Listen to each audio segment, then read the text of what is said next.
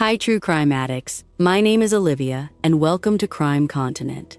Today we go back to June 1996, to a case Boston still has not solved.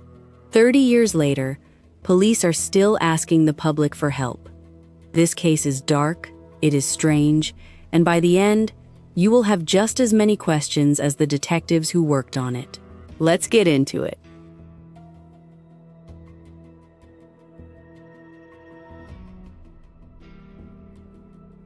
It was a Sunday afternoon in Boston, June 23, 1996. A man was digging through a dumpster near Fenway Park. He was looking for cans and bottles, trying to make a little money. He grabbed a black trash bag. It was heavy, too heavy. He opened it, and inside, he found the upper half of a young woman's body.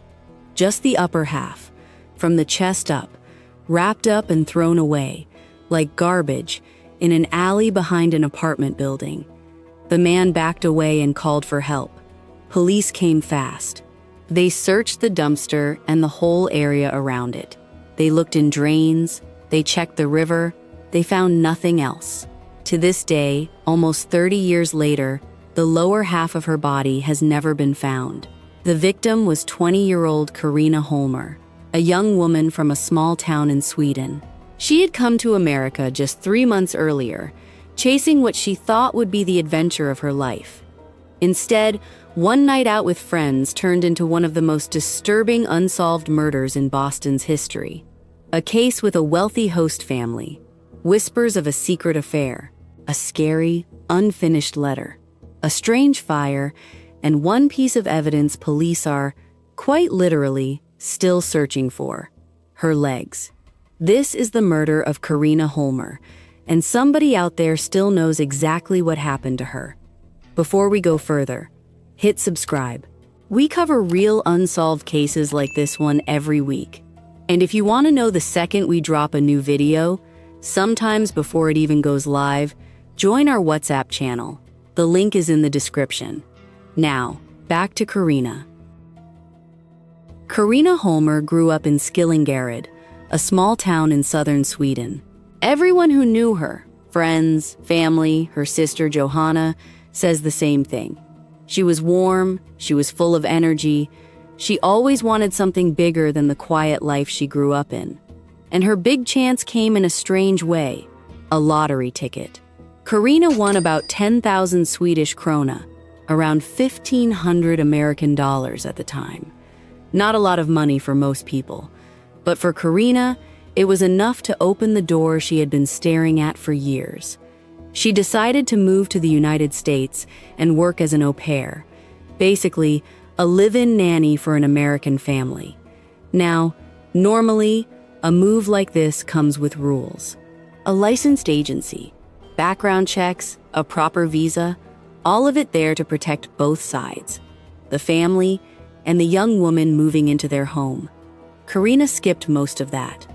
For reasons that are still not clear, she came to the US on a simple tourist visa, through an agency that was not licensed at all. The man running that agency had reportedly been caught twice before, running agencies without a permit. We don't know if Karina understood the risk. Maybe she was just so focused on getting to America that she did not think about it too hard. Either way, by March of 1996, she had made it. Karina found work fast as a nanny for a family in Dover, Massachusetts, one of the wealthiest, quietest towns near Boston. The couple was Frank Rapp, a photographer, and his wife Susan Nichter, a painter. They had 2 young kids, and Karina moved in to help take care of them. From the outside, it looked exactly like the dream she had crossed an ocean for. She settled in fast. She made friends with other au pairs nearby. People liked being around her. During the week, she looked after the 2 kids. On weekends, she went out with friends and tried to actually live the life she came all this way for. There was even a small perk that came with the job. Frank let Karina use his photography studio in South Boston, so she had a place to stay and get ready when she went out with friends in the city, instead of driving all the way back to Dover every night. For a while, nothing seemed wrong at all. And that is what makes this part of the story so uneasy. Looking back now, nothing about it looks dangerous. It just looks like a young woman settling into the life she wanted. That is the scary part of cases like this one.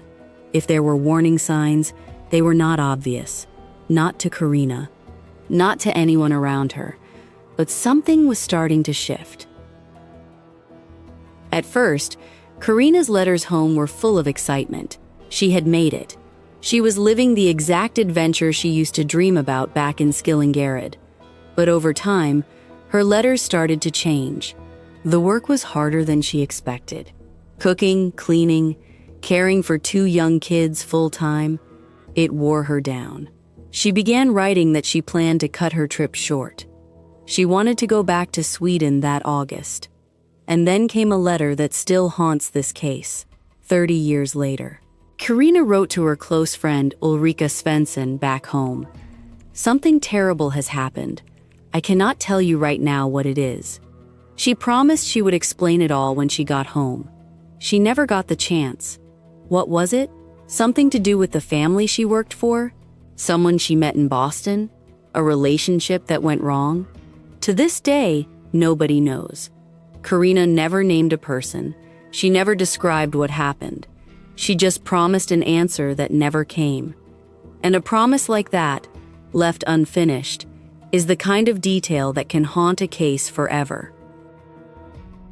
Friday, June 21st, 1996. Karina had been in the United States for just over 3 months. That evening, she and a group of friends, mostly other young au pairs working around Boston, met up at Frank's studio in South Boston to get ready for a night out. It was loud. It was crowded. It was exactly the kind of ordinary weekend night these young women had shared many times before. Nobody in that apartment could have known they were watching the last hours of Karina's life. The group headed into downtown Boston and ended up at Zanzibar, a popular nightclub tucked into an alley near Boston Common, known locally as the Alley. Karina was only 20, but she had a fake ID. And most of the time, nobody at the door questioned it too closely. She walked in wearing a sparkly silver sweater and matching pants, the kind of outfit that stood out under the club lights. She danced. She let loose. As far as anyone could tell, it was just another night out. But as the night went on, Karina had more to drink than she probably planned to. At some point, she fell asleep, inside the bathroom of the club. Her friends thought she had already left without them, so they went home. Nobody checked closely enough to notice she was still inside. That one small mistake changed everything. When Karina woke up, it was around 3 a.m. She was alone, she was drunk, she was confused. She made her way outside, only to find the club had already closed for the night, and the doorman would not let her back in. What happened next sounds almost too strange to be true, but it comes from real witnesses who were there that night. Karina reportedly started singing and dancing on the sidewalk outside the closed club. Some witnesses say she pulled a homeless man into a quick dance with her. Others remember her talking to a local man named Herbert Witten, well known in the area for walking his big white dog, while both of them wore matching Superman costumes. At around 3:20 a.m., Karina was last seen walking near the corner of Boylston and Tremont Street. Alone. On foot. Nobody could confirm she got into a car. Nobody saw her clearly leave with anyone at all. And then, nothing. No sighting, no phone call home, no return to the apartment. Before we get to what happened next, I want to know something. If you were alone outside a closed club at 3 in the morning, in a city you had only lived in for 3 months, what would you have done? Try to walk home? Call someone? Wait it out? Drop your answer in the comments. I read every single one. Honestly, this part of the case still keeps people up at night. 2 days later, on Sunday afternoon, June 23, 1996, a man was searching a dumpster in Boston's Fenway neighborhood looking for cans and bottles. He found a heavy black trash bag behind a building on Boylston Street in an alley facing Ipswich Street. He opened it. Inside was the upper half of a young woman's body. He backed away right away and called for help. Police arrived fast and they got to work. Everything below her chest was missing. Police searched the dumpster. They searched the alleys nearby. They checked the water. They found nothing else. To this day, the lower half of Karina Holmer's body has never been found. Detective Tommy O'Leary and his team had almost nothing to go on. No ID, no clothes, no purse. Just an unidentified young woman, called in early news reports the Swedish nanny, and the body in the dumpster, before anyone even knew her real name. When word got out about an unidentified blonde woman found in a Fenway dumpster, Frank Rapp and Susan Nichter had already realized Karina had not come home. They made the call to police themselves. That is how Karina Holmer was identified. The autopsy made things even worse. Police believe Karina was strangled, then cut in half at the waist, likely with a saw, after she died. Her body had been washed before it was thrown away. This was not a messy, panicked crime scene. It was careful, controlled. Almost like whoever did this took the time to erase every trace of themselves before Karina was ever found. The only real evidence was one partial fingerprint on the outside of the trash bag. It did not match Karina. When police ran it through the database, it did not match anyone else either. There was no crime scene. To this day, investigators do not know exactly where Karina was killed. Former Suffolk County prosecutor David Meyer put it simply. Years later, there is no way to know for sure how she was killed, why she was killed, or where. Never mind who did it. Right as investigators started looking into the family Karina had been living with, another call came in, and it made this whole case even stranger. The day after Karina's remains were found, a fire broke out in a dumpster outside Frank Rapp and Susan Nichter's home in Dover. On its own, maybe that means nothing, but a young woman connected to that house had just been found dead in a Boston dumpster. And now a dumpster outside her host family's home was on fire. For investigators, that is not something you can just ignore. The burnt contents were sent to a lab. They found burnt clothing inside and had to ask the obvious question: was it Karina's? Testing came back negative. The clothes were not hers. That answered one fear. But it did not answer the bigger question hanging over the whole case. If the fire had nothing to do with Karina, why did it happen at that exact house, one day after her body was found?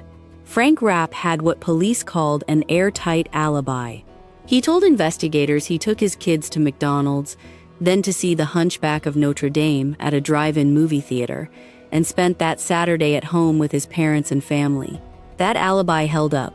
He was never arrested. He was never officially named a suspect. When reporters reached out to Rapp and Nichter years later, for the 30th anniversary of the case, both said they had nothing to add and that their family had already been through enough. Still, rumors followed the family for years. Some of Karina's predecessors, other au pairs who worked in that same household before her, described uncomfortable behavior from Frank. None of it was ever proven. None of it led to charges. But combined with the studio apartment, the unlicensed agency, and Karina's own unfinished letter about something terrible, it kept a theory alive, that Karina may have been caught up in something with Frank that went badly wrong. That theory has never been proven, and without the rest of Karina's body, investigators could not even confirm one of the most basic questions the theory depends on. Herbert Witten, the man in the Superman costume, walking his equally dressed-up dog outside Zanzibar that night, was looked at early on. He admitted he had talked to Karina outside the club. He told police he often walked his dog in that area and talked to women leaving the bars on weekends. A speeding ticket, given to him in Andover around the time of the murder, placed him too far away to have done it. He was cleared. About 7 months later, in January of 1997, Herbert Witten took his own life. His lawyer said he had fallen into a deep depression after his name got tied to the case, even though he was never officially named a suspect. Whether that had anything to do with Karina's murder has never been confirmed.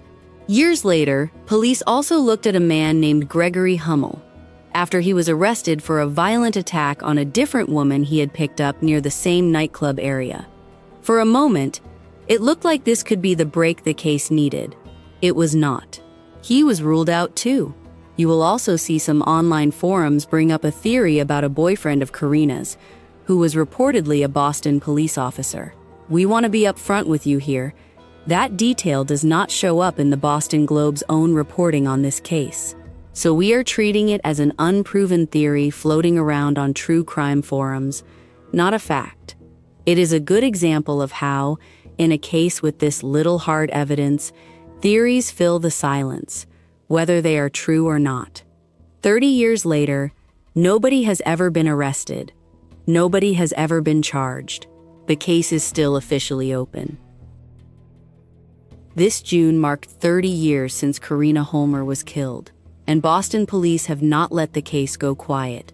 In fresh reporting from the Boston Globe this year, Boston Police Superintendent Paul McLaughlin called Karina's murder every parent's worst nightmare. He confirmed investigators are still actively trying to answer the most basic questions in this case, starting with where the crime even happened.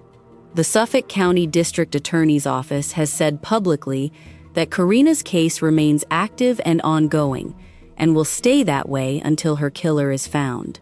Karina's story is documented today across many sources: the Boston Globe's own archives, her page on Wikipedia, true crime podcasts, including Crime Junkie's own episode on her case. All of it circles back to the same unanswered question, 30 years later. Who killed Karina Holmer? Somebody out there knows something. Maybe it is someone who was at Zanzibar that night. Maybe it is someone who has kept a secret for 30 years and is only now thinking about telling it. If that is you, or if you know something, even something that feels small, Boston police are asking you to come forward. You can call the Unsolved Homicide Unit directly at 617-343-4470, or reach out anonymously through the Crime Stoppers tip line at 1-800-494-TIPS, or by texting the word TIP to crime. Karina Holmer crossed an ocean, chasing a bigger life. She found friends, she found a new country, and for a while, she found exactly the adventure she was looking for. She just never got the chance to go home and explain what something terrible meant. If cases like this one keep you thinking the way they keep us thinking, hit subscribe and join our WhatsApp channel using the link in the description. That is where we post updates on cases like this one first, sometimes before the video even goes live. And if there is an unsolved case you want us to dig into next, drop it in the comments. I read every single one. My name is Olivia, and this is True Crime Continent. It affects us in everything we do. It's every step we take. It's the first thing you think of when you wake in the morning, and the last thing you think of when you go to sleep.